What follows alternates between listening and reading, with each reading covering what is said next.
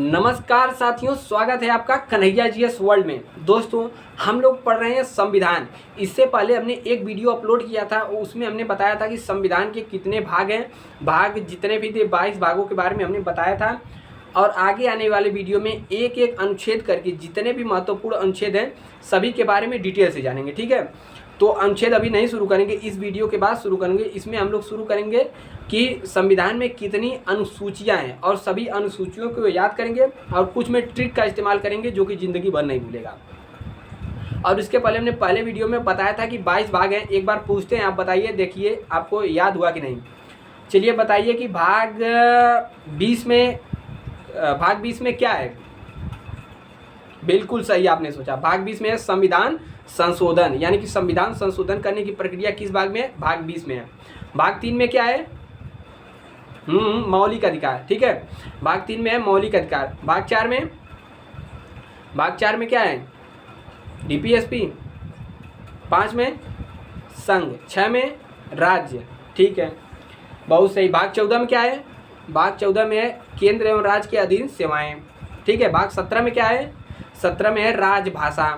ठीक है, तो उम्मीद करते हैं याद होगा सभी को। अब हम लोग क्या पढ़ते हैं? संविधान की अनुसूचियाँ। देखिए, अनुसूचियाँ टोटल हैं 22 करें 12। ठीक है, अनुसूचियाँ हैं 12। और पहले कितनी थी? तो पहले जब संविधान बना था तो पहले 10 थी, लेकिन वर्तमान में 12 हैं। हम लोग 12 को पढ़ेंगे, एक एक करके पढ़ेंगे। और इससे पहले हमने पहला वीडियो अपलोड किया है, नहीं देखा तो डिस्क्रिप्शन में लिंक है या फिर चैनल की प्लेलिस्ट में चलिए आइए, वहाँ से पढ़ लीजिए। और चैनल पे नए हैं, ऐसे ही वीडियो चाहिए तो नीचे जो लाल कलर वाली बटन दिख रही है उसको क्लिक करके घंटे को दबा दीजिए, और अंगूठा वाला जो लाइक का निशान है पसंद आए तो उसको भी दबा दीजिए। ठीक है, प्रचार प्रसार बहुत हुआ, अब शुरू करते हैं अनुसूचियाँ। तो देखिए, पहली अनुसूची में क्या है? पहली अनुसूची में है भारतीय संघ राज्य, यानी कि भारतीय संघ तथा उसके राज्य। राइटिंग सही है ना? भारतीय संघ तथा राज्य क्षेत्र।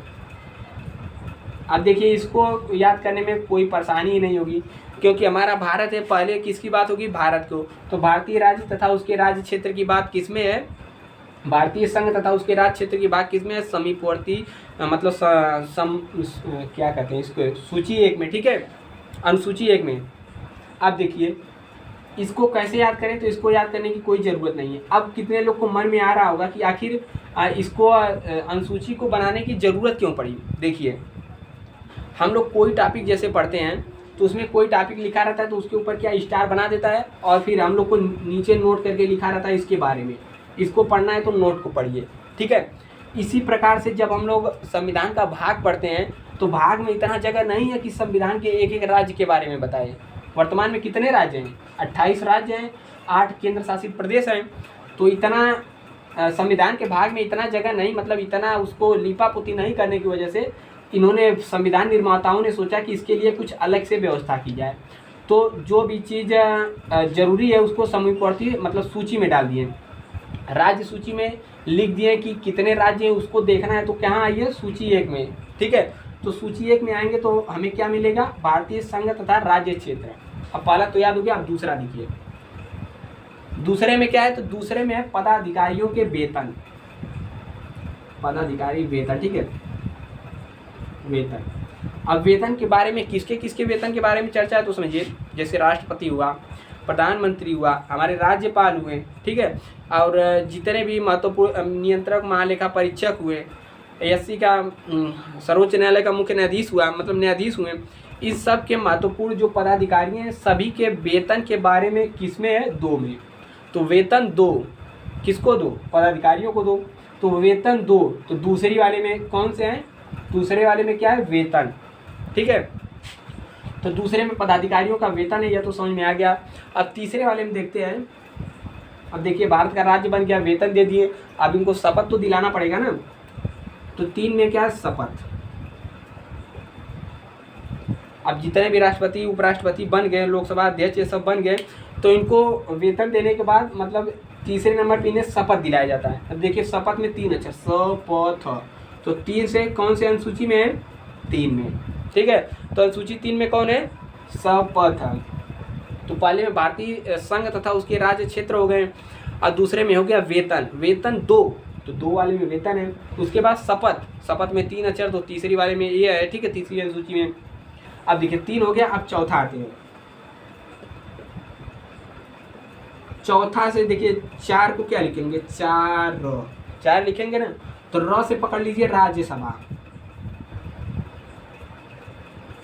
तो इसमें क्या वर्णन है, देखिए भारतीय जितने भी संघ है या फिर केंद्र शासित प्रदेश है, राज्य है, उसमें राज्यसभा में सीटों का बंटवारा कैसे होगा, तो राज्यसभा से संबंधित है भाग 4, ठीक है। इसमें क्या है, राज्यों तथा संघ क्षेत्र में राज्यसभा के जो होते हैं उसका प्रतिनिधित्व के बारे में किसमें चर्चा किया गया है, तो अनुसूची नंबर 4 में, ठीक है।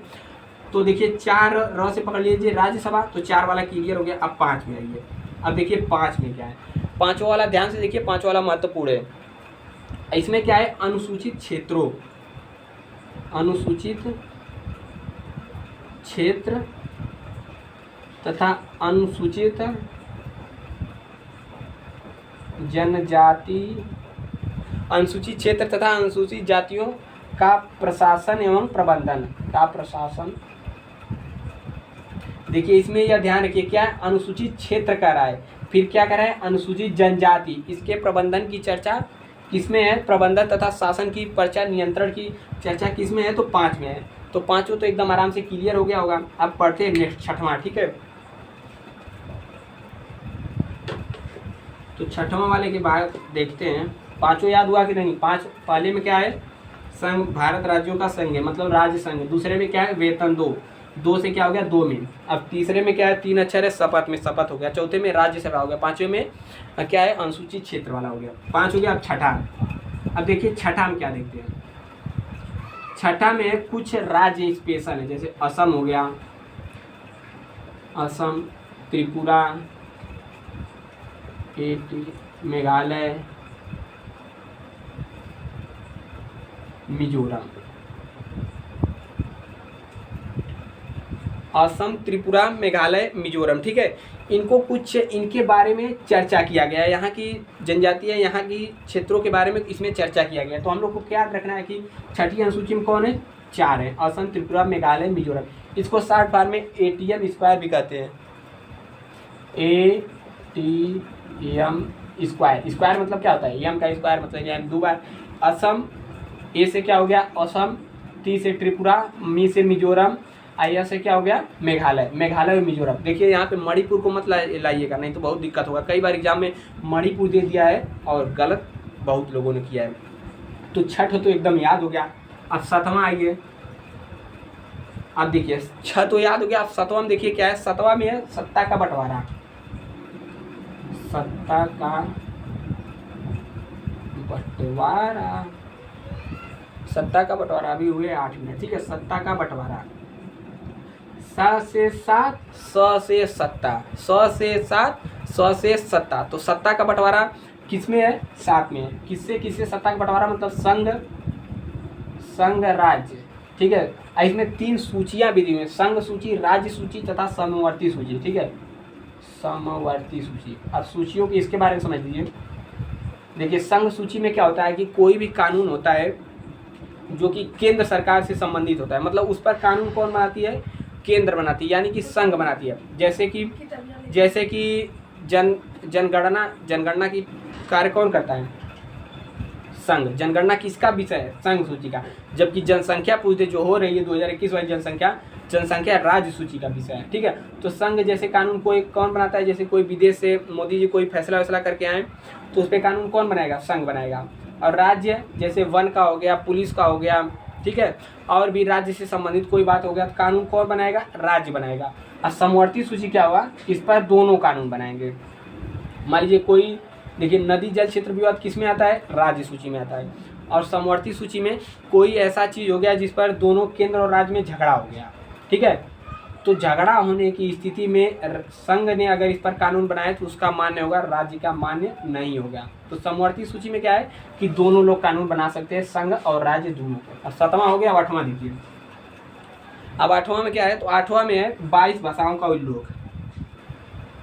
कई बार पूछा है कि 8वीं अनुसूची में क्या है, तो 22 भाषाओं का उल्लेख है। अब 22 भाषाओं कौन कौन सी है, हमने वीडियो बनाया है, बहुत बेहतरीन तरीके से याद कराया है 22 भाषाओं को। 22 भाषाएं कौन कौन सी हैं, एक बार सुन लीजिए कौन कौन से हैं। पंजाबी, सिंधी, ठीक है, पंजाबी, कश्मीरी, सिंधी, पंजाबी, हिंदी, बांग्ला, असमिया, उड़िया, फिर गुजराती, मराठी, तमिल, तेलुगु, कन्नड़, मलयालम, और उसके बाद हो गया नेपाली, मणिपुरी, कोंकणी, बोडो, डोगरी, मैथिली, संथाली, उसके बाद हो गया संस्कृत, हो गया अंग्रेजी, हो गया 22 भाषा हो गया, आप लोग गिन लीजिए। ठीक है, तो 22 भाषाओं के बारे में हमने एक ट्रिक बनाया है वीडियो में, नीचे लिंक लगी होगी या फिर प्लेलिस्ट में जाकर उसको देख लीजिए। 22 भाषाओं को कैसे याद करिए एकदम आसानी से। ठीक है, कौन कौन से हैं, पंजाबी, सिंधी, कश्मीरी, हिंदी, उसके बाद हो गया गुजराती, मराठी, तमिल, तेलुगु, कन्नड़, मलयालम, उसके बाद हो गया उसके बाद क्या हो गया नेपाली, मणिपुरी, कोंकणी, उसके बाद बोडो, डोगरी, मैथिली, संथाली, फिर हो गया संस्कृत, हो गया और हो गया अंग्रेजी। ठीक है, 22 भाषा कंप्लीट हो चुकी है। तो 8वें में क्या है, 22 भाषाओं का उल्लेख किया गया है। अब इसके बाद बात आ जाइए 9वीं में। अब देखिए 9वीं अनुसूची में क्या है, तो 9वीं अनुसूची संबंधित है प्रथम संविधान संशोधन से। जब संविधान का पहला संशोधन किया गया तो उसके तहत 9वीं अनुसूची को उसमें ला करके रख दिया गया। ठीक है, और इसमें क्या है कि राज्य किसी संपत्ति का अधिग्रहण कर सकती है, उस पर कब्जा कर सकती है, ऐसे कुछ बातों का इसमें चर्चा है। ठीक है, तो क्या है इसमें प्रथम संविधान संशोधन है और राज्य संपत्ति अधिग्रहण कर सकती है, राज्य संपत्ति अधिग्रहण। ठीक है, तो 9वें भाग में यही है जो हमने बता दिया। इसमें याद रखिए कि और इस पर सुप्रीम कोर्ट यानी कि न्यायालय में इसे चुनौती इस पर नहीं दी जा सकती। ठीक है, 9वीं वाले पर। अब 9वां तो हो गया, इसको याद रखिए प्रथम संविधान संशोधन के तहत बनाया गया था, फर्स्ट संविधान संशोधन। उसके बाद आता है 10वां। अब 10वां याद करना एकदम आसान है, 10वां। ठीक है, 10 से 10, 10 से दल बदल, दल बदल। दल बदल को कब लाया गया, 52वें संविधान संशोधन के द्वारा लाया गया, 52वां संविधान संशोधन को लाया गया दल बदल। इसमें क्या है, इसमें मान लीजिए कोई पार्टी है, उसका विधायक है, पार्टी छोड़कर भाग गया दूसरे पार्टी में। ठीक है, तो उस पर लग जाएगी धारा, उस पर कानून लगा दिया जाएगा, उसके तहत उसे बर्खास्त उसका कर दिया जाता है दल बदल के द्वारा। ठीक है, तो 10 हो गया दल बदल। अब बचे 2 और। अब 2 कौन कौन से हैं उसको भी हम लोग पढ़ते हैं। उसके पहले 10 हो गए, 10 को एक बार याद करिए। पहला क्या था, संघ एवं राज्य क्षेत्र था। दूसरा में क्या था, वेतन 2 था। तीसरा में क्या था, शपथ था। चौथा में क्या था, राज्यसभा था। 5वां में क्या था, अनुसूचित क्षेत्र वाला था। और 6ठा में क्या था, ATM स्क्वायर हो गया था। 7वां में क्या था, सत्ता का बंटवारा था। 8वां में क्या था, 22 भाषाओं का उल्लेख था। 9वां में क्या था, फर्स्ट कॉन्स्टिट्यूशनल अमेंडमेंट के द्वारा बनाया गया था। 10वां में क्या था, दल बदल था। अब पढ़ते हैं 11वां। 11वां वाला क्या है, यह है पंचायती राज व्यवस्था संबंधित, पंचायती राज्य व्यवस्था। ठीक है, व्यवस्था, राइटिंग सुंदर है। ठीक है, पंचायती राज व्यवस्था से संबंधित है और इसे 73वां संविधान संशोधन 1993 के द्वारा इसे जोड़ा गया था। ठीक है, तो यही बार बार पूछता है कि 73वां संविधान संशोधन 1993 के द्वारा किसे जोड़ा गया था। कभी ये दे देता है, ये पूछता है, कभी ये दे देता है, ये पूछता है, और इसमें पूछ देता है कितने विषय हैं, तो इसमें 29 विषय हैं। ठीक है, तो 11वां पंचायती राज व्यवस्था से संबंधित है। अब इसके बाद आते हैं 12वां। ठीक है, 12वां और आखिरी वाला क्या है, इसमें क्या है 12वां वाले में शहरी क्षेत्र। ठीक है,